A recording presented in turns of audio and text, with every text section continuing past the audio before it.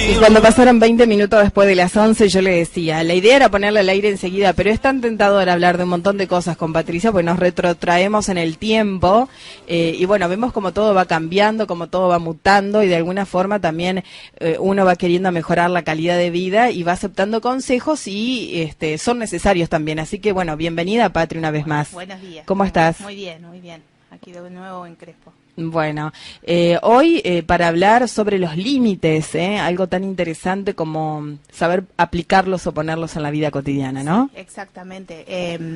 Los límites que se dan en los espacios vinculares, ¿no? El espacio mío, el tuyo. Uh-huh. ¿Y qué pasa cuando yo traspaso tu espacio o cuando vos traspasás el mío, ¿no?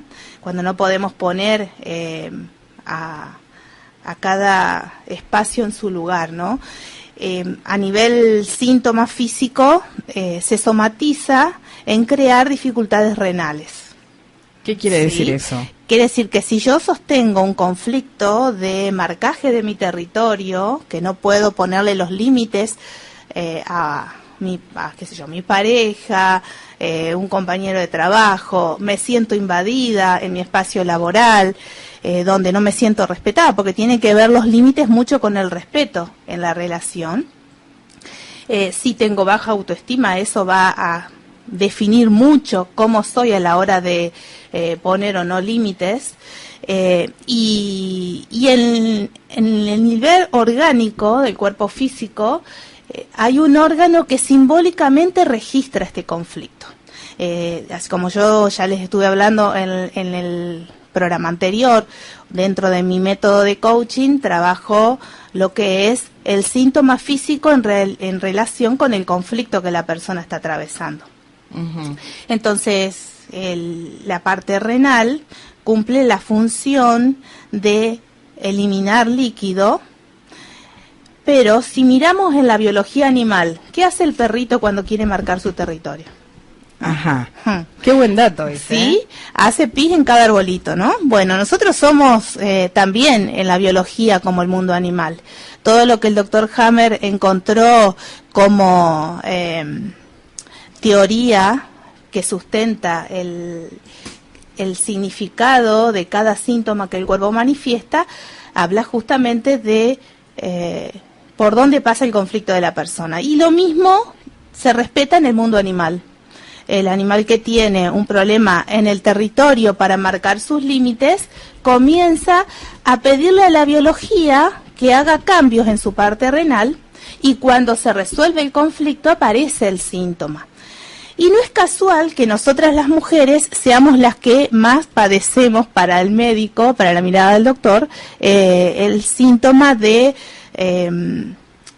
infección urinaria, ¿no? Ajá, sí. He escuchado muchos casos sobre eso. Se habla como que por cistitis. La cistitis, como que por nuestra formación orgánica, que tenemos más tendencia a atraer las bacterias y que esto hace que desarrollemos una infección urinaria. Para la teoría del doctor Hammer, la infección urinaria es la resolución de un conflicto de marcaje del territorio. Es decir, para esta teoría no estamos enfermos cuando surge la infección urinaria. Ahí hemos resuelto ya la dificultad. Siempre estamos en crisis, en conflicto, en enfermedad, cuando tenemos el conflicto en el que no podemos resolverlo. Sí, yo estoy trabajando en un lugar donde me siento superada en las responsabilidades, no acuerdo cuáles van a ser mis posibilidades de responder y cuáles no. Eso hace que vaya soportando un conflicto. Y cada vez que sostenemos un conflicto, estamos en incoherencia. Incoherencia dentro de psicología significa que pienso A y hago B, ¿no? Como que estamos parados en dos lugares distintos. Y cuando sostenemos ese conflicto, la biología va a tratar de respaldarnos, ayudarnos a que podamos resolverlo. El tema es que cuando sostenemos este conflicto en un espacio, en otro espacio, tenemos una vida conflictuada y vamos como agotando nuestra biología. Hay personas, hay mujeres, digo, porque es lo que más observo en mi historia de observación psicosocial cómo la mujer es la que tiene más dificultades para marcar esos límites en su territorio, porque se siente justamente superada, a veces no siente que tiene el lugar, por más que estamos, ¿no?, en el siglo XXI, en que supuestamente nuestros derechos están mucho más validados, por alguna razón la violencia de género sigue creciendo, es decir, que los derechos están como... en un espacio intangible, pero en lo concreto, entre que cargamos programas de desvalorización, donde tenemos una baja autoestima, donde no sentimos que tenemos la capacidad de sostener los límites, esto hace que los espacios de violencia también están relacionados con esta incapacidad de hacerme respetar, respetarme y marcar los límites en esa relación. Límites sanos estoy hablando, ¿no? Porque también están estos límites que terminan siendo un limitante de nuestra vida, ¿sí? Que venimos de una educación donde antes no se podía contradecir nada y eso ya pasaba a ser un autoritarismo, no un respeto a la autoridad, sino que no había también un espacio de respeto de ambas partes, ¿no? Es como que el padre imponía tal cosa y se hacía eso. Exacto. Y del otro lado yo hoy atiendo a esos adultos que ayer fueron niños, que cargaron con todo ese dolor de no sentirse escuchado, de sentirse avasallado. Entonces, los límites sanos es cuando yo puedo decir, esto lo puedo hacer, esto no me está haciendo sentir bien, y acordar con el otro. Por supuesto que a la hora de acordar los límites y las pautas de convivencia, hay mucho de comunicación efectiva que debe estar funcionando, y en la gran mayoría de las personas lo que tienen es una dificultad para comunicar. Y cuando la autoestima está muy baja, tengo miedo de decirle al otro lo que no me hace bien, lo que no me siento cómoda, porque tengo miedo que el otro se va a enojar, lo que me va a decir, lo que me va a hacer, la represalia que voy a tener, ¿no? Detrás de esa incapacidad de poner límites hay toda una inseguridad activa, ¿no?, en el individuo en cuanto a su valoración personal. Y sostener este conflicto hace que el hombre, por ejemplo, mayormente hace cálculos renales en el momento de la resolución, que viene sosteniendo situaciones que pueden ser en el espacio de la pareja, puede ser en el espacio del trabajo, donde por más que es hombre, está en un lugar de trabajo donde se siente avasallado de responsabilidades, él es el que carga todo, hay otro compañero que la lleva liviana, entonces el sostener un conflicto hace que esté en un espacio no sano, ¿no? Y que después va a aparecer el síntoma. Cuando a mí me vienen y me dicen, estuve con infección urinaria, listo, resolviste. ¿A dónde marcaste el territorio? ¿A dónde pusiste el límite? ¿No? Porque es como que el riñón va soportando la situación, como aguantando para cuando llegue el momento y hago el pis, ¿no? Como el perrito. En el momento que yo le pongo un basta a la situación, es donde marqué mi territorio. Y ahí va a aparecer una molestia renal, que puede ser arenilla, que puede ser la infección urinaria, que puede ser el cálculo cuando ya el conflicto se sostuvo más tiempo. Pero el punto a revisar en quienes me estén escuchando es qué les está pasando en el espacio de las relaciones, ¿no? Cómo son esa comunicación, ese respeto en los vínculos que mantienen con los demás, ¿no? En espacio laboral, pareja, familia, amigos, es para que lo puedan revisar. ¿Y esto qué se da más, en hombres, mujeres o niños? Los niños es medio normal, ¿no? Se puede decir en hombres o mujeres. Sí, a ver, estamos hablando que el niño también se puede sentir invadido por una mamá dominante, ¿sí? Y también puede hacer, los animales también hacen.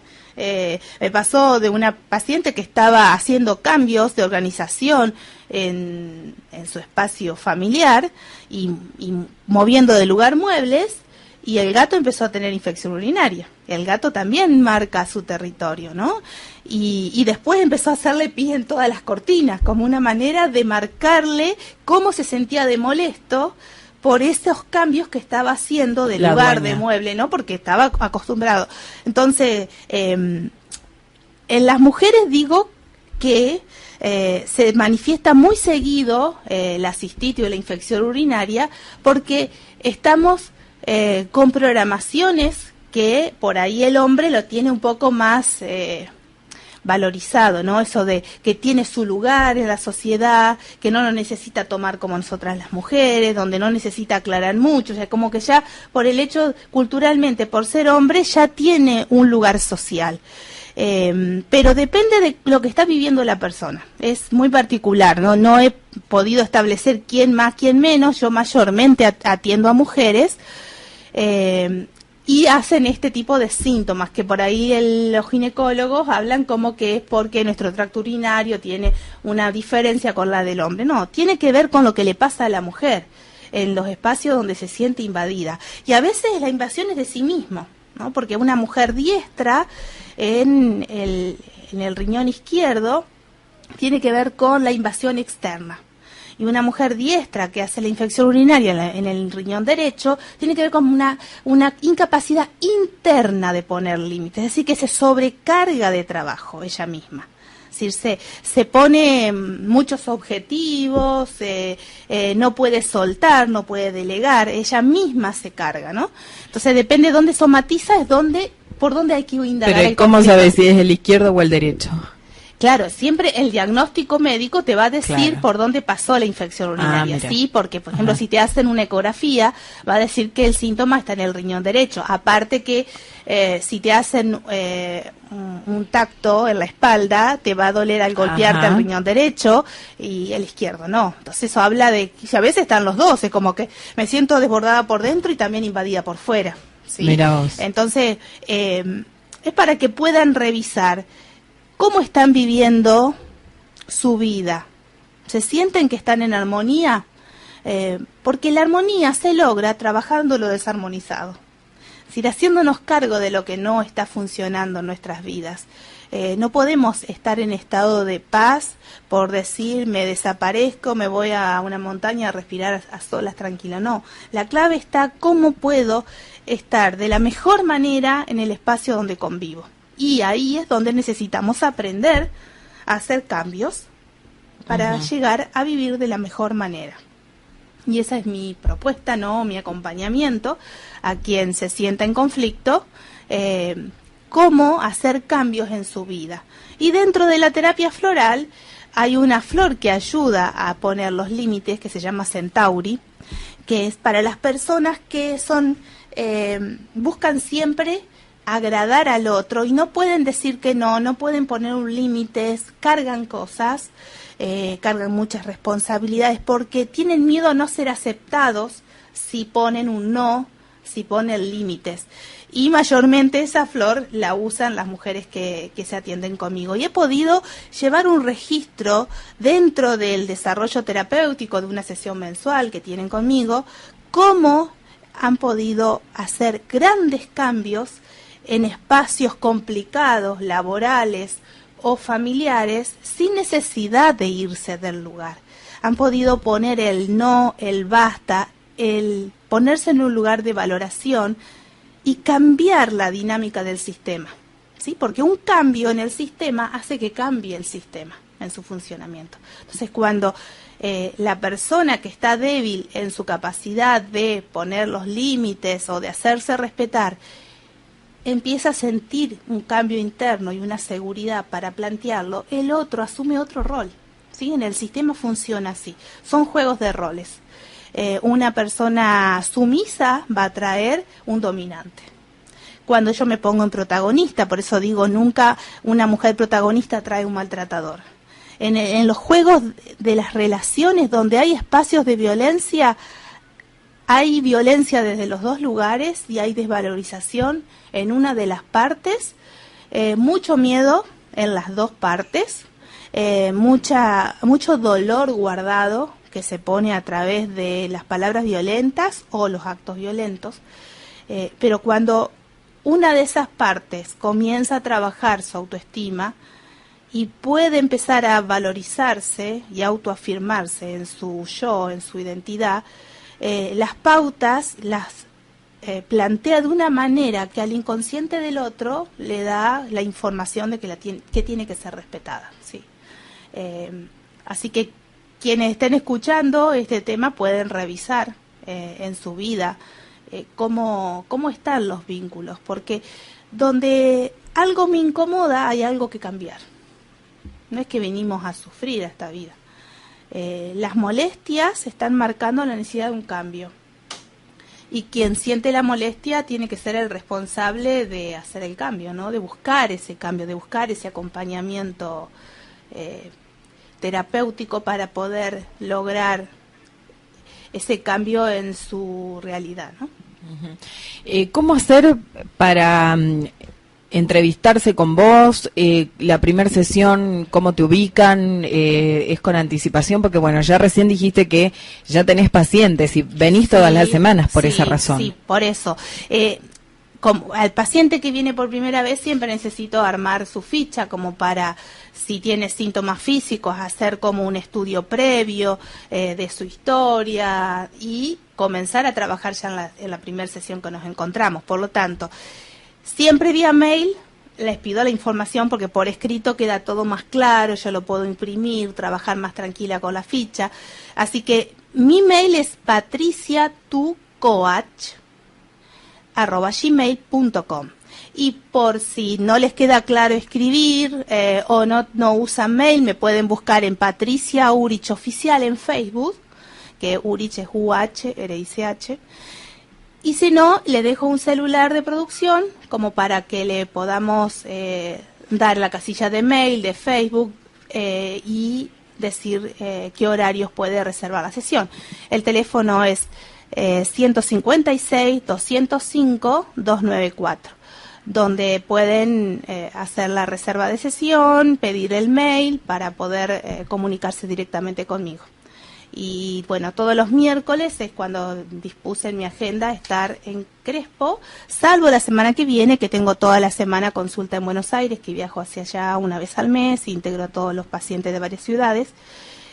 Así que el miércoles que viene no voy a poder estar en el programa por esta razón, pero vuelvo. ¿Nos vas a enviar material? Bueno, sí, puedo hacerles un audio como para poder tenerlos acompañados toda la semana. Es que la gente se va mentalizando y va buscando esa cuota que vos das, porque das datos fundamentales para algunas cuestiones. Por ahí hay gente que no tiene también la forma de poder encararlo ahora, pero tal vez más adelante sí. Entonces se va de alguna manera involucrando con esto. Sí. Patri, vos también vas a dar una conferencia. Sí, voy a hacer un taller para un grupo chico, porque es un taller donde cada uno va a trabajar conmigo el entender su historia desde el árbol genealógico, ¿no? La terapia se llama psicogenealogía, que es juntar información, fechas de nacimiento, de muerte, de los distintos familiares del alumno que va a participar de este taller,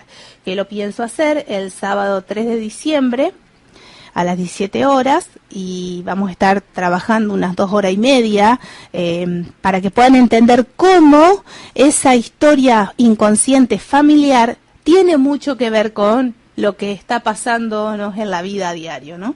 Nacemos en un núcleo familiar que tiene ya una historia y aunque no conocimos a ese abuelo o a ese bisabuelo, su inconsciente dejó una información. Y que cuando le llega al paciente, muchas veces le hace síntomas que justamente si no sabe, está como atrapado en un conflicto que se repite y que cuando lo hace consciente, empieza la liberación. Así que también para el taller se comunican al 156-205-294, va a ser de cupos limitados porque necesito trabajar con cada alumno, explicarle, entonces para que cada uno tenga su tiempo y pueda llevarse una información para seguir trabajando, investigando, y que puede ser después quizás el comienzo de un camino terapéutico, pero que por lo menos empiezan haciendo consciente un montón de información que no sabían. Es una técnica que hará unos 30 años que Anne Schussenberger lo supo descubrir estudiando las historias de sus pacientes y su propia historia, de ver cómo se repetían cosas, y con este tipo de técnica, como ella dice, lograba en 1 o 2 sesiones del trabajo con el árbol genealógico a veces mover historias que dentro del psicoanálisis le llevaba 10 años. Anne todavía vive, tiene más de 90 años, está viviendo en Francia, y bueno, es una gran referente de esta técnica y que tiene muy buenos resultados, por eso la incluyo dentro de mi método de coaching, y yo pude estudiarla en la Universidad de Belgrano.